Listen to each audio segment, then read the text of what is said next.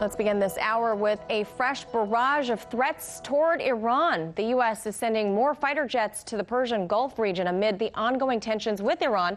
This as Iranian officials confirm the Islamic Republic has increased its stockpile of enriched uranium, breaking a major part of the 2015 nuclear deal.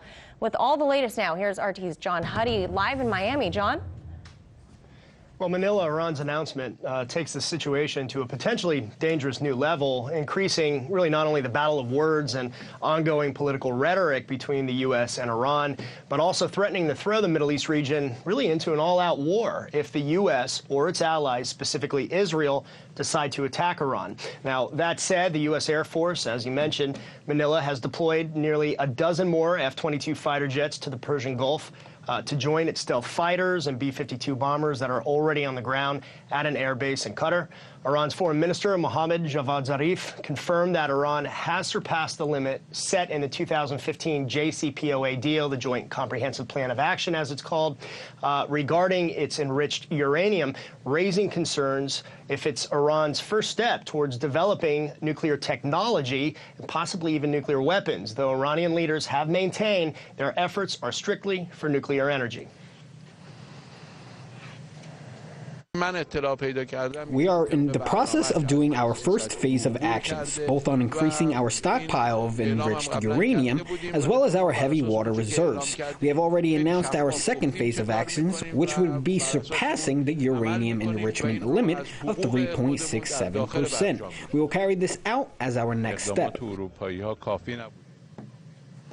Now, Zarif posted a couple tweets that I want to show you, and one contending Iran has not violated the terms of the JCPOA and that Iran will reverse its uranium enrichment measures if the European countries involved in the agreement uphold their end of the deal. In another tweet, Zarif posted a White House statement and highlighted a section accusing Iran of violating terms of a deal before a deal was even in existence. Well, Zarif writing one question in response, seriously?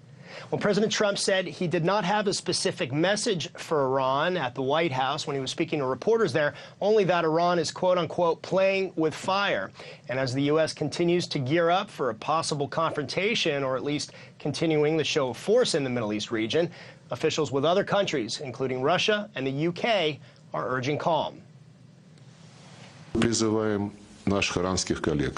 We are calling on our Iranian colleagues to show restraint, not yield to emotions, and follow the key provisions of the guarantees with the IAEA and the provisions of the additional protocol to this agreement. And we are calling on our European colleagues to fulfill their promises and make the mechanism they created become truly effective and such that could guarantee the rights which Iran has according to the UN Security Council resolution in the field of trade and economic relations. We have said that we support this nuclear deal. We're on the side of the US as it was 4 years ago under President Obama, but President Trump has taken a different view. We want to preserve that deal because we don't want Iran to have nuclear weapons. Okay. But if Iran breaks that deal, then we're out of it as well.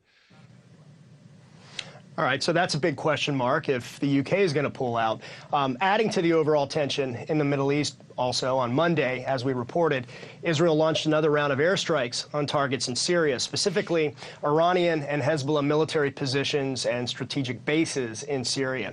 And the question really is whether or not this was perhaps an opening salvo in a broader, more intensified military campaign by Israel against Iran. So that's another big serious question mark at this point. Manila, back to you. All right, RT's John Huddy, thank you.